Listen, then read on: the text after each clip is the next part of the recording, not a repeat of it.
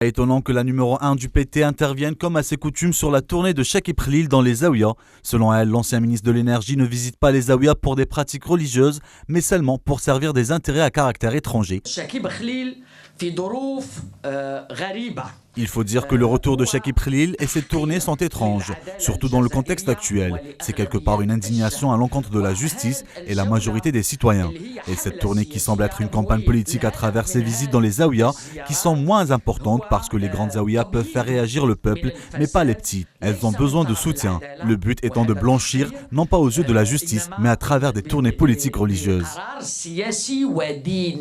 Une situation dangereuse dans laquelle le ministère des Affaires religieuses est impliqué selon la secrétaire générale du PT.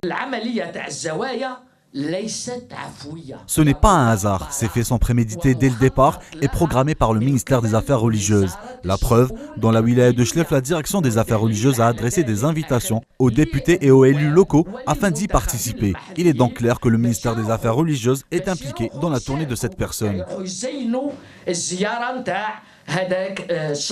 Autre affaire qu'elle qualifie de provocation, le rachat du groupe Al-Khabar par Saad Al-Brab.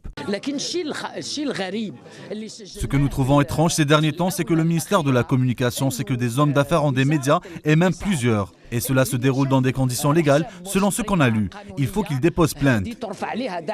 Louisa Hannoun est aussi revenu sur la crise violente que traverse le pays, qui risque de pénaliser la nation. Ce projet de loi est une catastrophe et un crime antinational. Il risque de détruire l'économie du pays. Il va favoriser le pillage absolu de nos richesses. Trop de questions qui se posent sans réponse. La patronne du PT ne semble pas adhérer à la situation actuelle et remet en cause tous les faits qui, selon elle, impliquent certains organismes de l'État.